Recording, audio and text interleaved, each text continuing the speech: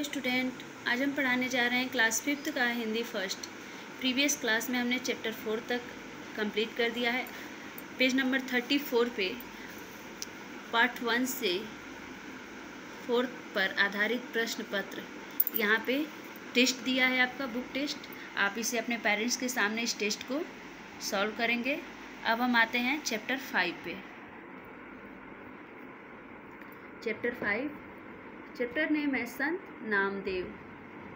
संत नामदेव एक संत थे जिनका नाम था क्या? नामदेव। आइए इस चैप्टर को पढ़ते हैं। बच्चों, तुमने संत कबीर का नाम तो सुना ही होगा।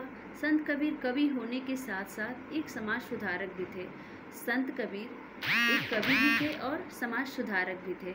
ऐसे ही एक अन्य समाज सुधारक थे संत नामदेव। संत कबीर की तरह ही एक और भी समाज सुधारक थे जिनका नाम था संत नामदेव।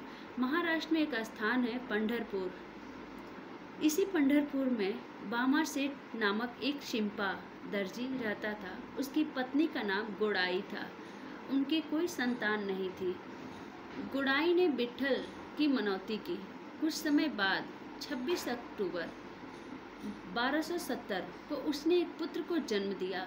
उसका नाम रखा गया नामदेव। संत नामदेव की पिता का नाम क्या था?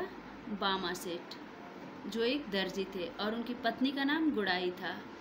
ये लोग विट्ठल के से मनौती किए। उसके बाद संत नामदेव का जन्म हुआ था।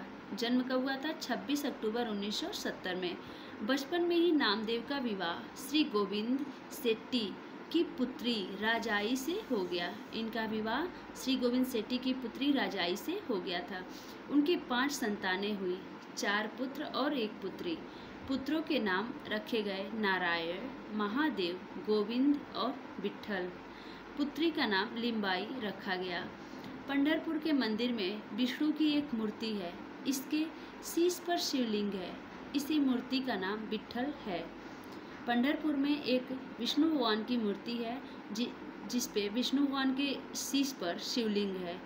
इस मूर्ति का नाम विट्ठल है। संत नामदेव करताल बजाते हुए विट्ठल का भजन कीर्तन करते रहते थे। वे करताल बजाते थे और विट्ठल का भजन कीर्तन गाते रहते थे। उनके भजन अभंग के नाम से प्रसिद्ध हैं। उनके भजन किस नाम से प्रसिद्ध हैं? अभंग के। नामदेव को एक सच्चे गुरु की तलाश थी। वे इसकी खोज में एक बार आवांढपा नागनाथ के मंदिर गए। वे आवांढपा नागनाथ के मंदिर इसके खोज में गए। किसके खोज में? गुरु के खोज में, एक सच्चे गुरु के तलाश में गए। वहाँ उन्होंने मंदिर के पुजारी विशोबा खेचर को मंदिर में ही सोते हुए देखा। वहाँ मंदिर के पुजारी विशोबा खेचर को मंदिर में वे सोते हुए देखते हैं। यह बात नामदेव को बुरी प्रतीत हुई।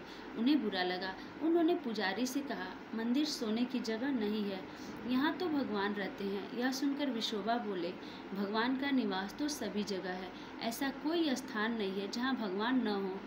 इस घटना से नामदेव के जीवन की दिशा ही बदल गई और उन्होंने विशोबा खेचर को अपना गुरु स्वीकार कर लिया। जब वे देखते हैं कि वहाँ पे मंदिर के पुजारी जो होते हैं वहाँ सोए रहते हैं तो वे नाराज़ होते हैं। उनको अच्छा नहीं लगता है। उन्हें लगता है कि मंदिर में सोया नहीं जाता है क्योंकि ये भगवान का स्थान होता है। वे विशोबा से कहते हैं तो विशोबा उनको उत्तर में जवाब देते हैं उनको कि भगवान तो हर जगह हैं, फिर हम कहाँ सोएं कहाँ न सोएं, इससे क्या है, भगवान हर जगह उपस्थित हैं। और उसी दिन से इस बात से नामदेव के जीवन की दिशा बदल गई और उन्होंने विशोबा खेचर को अपना गुरु स्वीकार कर लिया। नामदेव के मन में मनुष्यों के साथ साथ पशु पक्षियों के प्रति भी करुणा एवं संवेदना थी। एक बार की बात है, नामदेव खाना खा रहे थे, तभी एक कुत्ता थाली से एक रोटी मुंह में दबाकर भागने लगा। तुरंत अपने हाथ में घी की कटोरी लेकर नामदेव उसके पीछे यह कहते हुए भागे, अरे सूखी रोटी मत खाओ, पेट में चुभन होगी, यह घी ले लो, इससे रोटी चिकनी और नरम हो जाएगी। नामदेव के मन में मनुष्यों के लिए तो दया था ही, वे पशु पक्षी के प्रति भी दया की भावना रखते थे। एक बार वो भोजन कर रहे थे तो वे उनकी थाली से कुत्ता रोटी लेकर भाग जाता है तो उसके पीछे वो क्या करते हैं, घी का कटोरी लेके दौड़ते हैं कि घी लगा लो नहीं तो पेट में दर्द होगा। संत नामदेव के जीवन में कई चमत्कारी घटनाएं भी घटित हुई। एक बार की बात है, नामदेव बीकानेर की यात्रा पर थे। वे कोलादजी नामक गांव में पहुंचे। उस गांव में पीने के पानी का बहुत संकट था। गांव में एक ही कुआं था, उसका पानी खारा और गंदा था, उसे लोग पी नहीं सकते थे। लोगों ने अपने इस कष्ट के बारे में संत नामदेव को बताया। नामदेव के साथ बहुत सारी चमत्कारी घटनाएं घटी। एक बार वो बीकानेर की यात्रा पर जा रहे थे, तभी एक कोलादजी गांव में पहुंचे, जिस गांव में पानी का बहुत बड़ा संकट था। उसमें वहाँ पानी पीने को लोगों को नहीं मिलता था। एक कुआं था, उसका पानी भी गंदा था। और वे अपना कष्ट, अपना दुख संत नामदेव को बताते हैं। नामदेव वहीं तप साधना करने लगे, तो वहीं वो तपस्या करने लगे। कहा जाता है कि कुछ दिनों के बाद कुएं का पानी ऊपर आ गया और मीठा हो गया।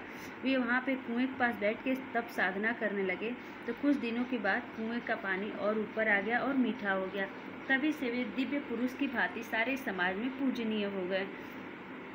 तभी से वे दिव्य पुरुष के साथ समाज में पूजे जाने लगे। संत नामदेव छुआछूत तथा ऊंच नीच की भावना का कड़ा विरोध करते थे। एक बार वे दक्षिण भारत की यात्रा करते हुए मंदिर में पहुंचे। वहां जाति पाति का बड़ा भेद माना जाता था। नामदेव दर्जी जाति के थे, अतः उन्हें मंदिर से भगा दिया गया। नामदेव मंदिर के पीछे बैठ गए और भगवान से पूछने लगे, आपके दरबार में ऊंच नीच, अवर्ण सवर्ण भाव कैसे हो रहा है? मानव में यह भेद क्यों? मुझे इस ढकोसले को दूर करने की शक्ति दो।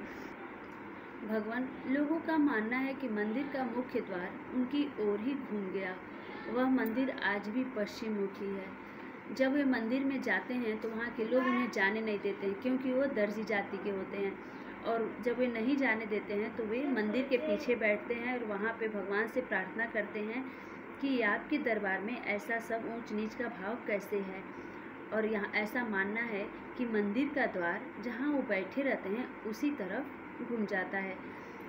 आज भी उस मंदिर का द्वार पश्चिम मुखी ही है, जबकि वहाँ अन्य मंदिर पूर्व मुखी है। वहाँ पे और भी सारे मंदिर पूर्व मुखी हैं। पूरब की दिशा के तरफ उसका मुख है, मतलब गेट है। यह घटना भी एक चमत्कार हो सकती है, पर इससे नामदेव का समाज सुधारक रूप उजागर होता है। उनके जीवन की एक और प्रसिद्ध घटना है। चोखोबा नाम के व्यक्ति को अछूत माना जाता था। संत नामदेव ने उसके सिर पर अपना स्नेह भरा हाथ फिराया और उसे ज्ञान की दीक्षा दी। वहीं चोखोबा एक दीवार के गिरने से मर गया। तब संत नामदेव ने उसकी हड्डियों को पंढरपुर मंदिर के पास रखकर उसका स्मारक बनवाया। नामदेव समाज में व्याप्त रूढ़ियों के खोखलेपन को जानते थे। उनका मंदिर मस्जिद से कोई विरोध नहीं था। उनका कहना था कि भगवान की प्राप्ति के लिए भक्त के हृदय में लौ लगनी चाहिए।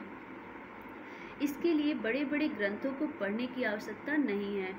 संत नामदेव घूम घूम कर समाज में ज्ञान की अलग जगाते रहे। उनके रचे अभंग पद लोगों में खूब प्रचलित हुए। वे यात्रा करते हुए मथुरा, हरिद्वार और पंजाब तक पहुंच गए। वे गुरदासपुर जिले के मरड़ गांव, वहां भट्टीवाला में अपना आश्रम बनाया। वहां का नाभियाना तालाब आज भी उनकी याद दिलाता है। पंजाब में नामदेव लगभग 20 वर्ष तक रहे। सिखों के आदि ग्रंथ में भी उनका सादर उल्लेख हुआ है। उनके कुछ अभंग आदि ग्रंथ में संकलित हैं।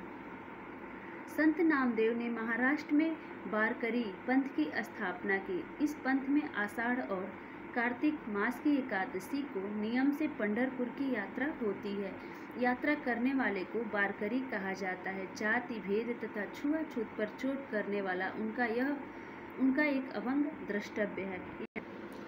चोखोबा यहाँ पे पंढरपुर मंदिर का मुख्य द्वार है, जिसका क्या हुआ था, पश्चिम दिशा में इसका पश्चिम मुखी हो गया था। इनके सामने नीले रंग का एक और छोटा सा मंदिर है। यहाँ पे ये पंढरपुर का मंदिर है। अब हम नेक्स्ट पेज पे आते हैं। यहाँ पे जो वारकरी यात्रा का उल्लेख हुआ है, यहाँ पे देखिए वारकरी यात्रा यहाँ पे चित्र में दिखाया गया है। गंदी जमीन पर तुलसी उगी, उसे अपवित्र नहीं कहते। काक विष्टा में से पीपल जन्मा, उसे अमंगल नहीं कहते। दासी के पुत्र को राजपद मिला, पीछे की उपमा नहीं देते। नामा कहता जाति का मैं, सिंपी जाति की उपमा नहीं देते। यहाँ पे बता रहे हैं कि कितने भी गंदे ज़मीन पर तुलसी अगर निकल जाती हैं तो हम उसे पवित्र ही मानते हैं। काकविष्टा में से पीपल का पेड़ निकलता है, फिर भी हम उसे अमंगल न कह के मंगल उसे भी पवित्र मानते हैं। दासी के पुत्र को राजपद मिलता है, ये सब उपमा हम नहीं देते हैं। और लेकिन छोटी जाति और ऊंच नीच का भेदभाव हम रखते हैं। नामदेव अपने जीवन के अंतिम समय में पंजाब से पंढरपुर आ गए थे। वहीं 80 वर्ष की आयु में सन 1350 ईस्वी में उनका देहांत हो गया। पंढरपुर में ही उनकी समाधि बनी हुई है। संत नामदेव सच्चे अर्थों में समाज सुधारक थे। यह पाठ यहीं पे समाप्त होता है। आप इसका वर्ड मीनिंग आपका होमवर्क है, कर लीजिएगा। आपकी क्लास ओवर होती है। Thank you.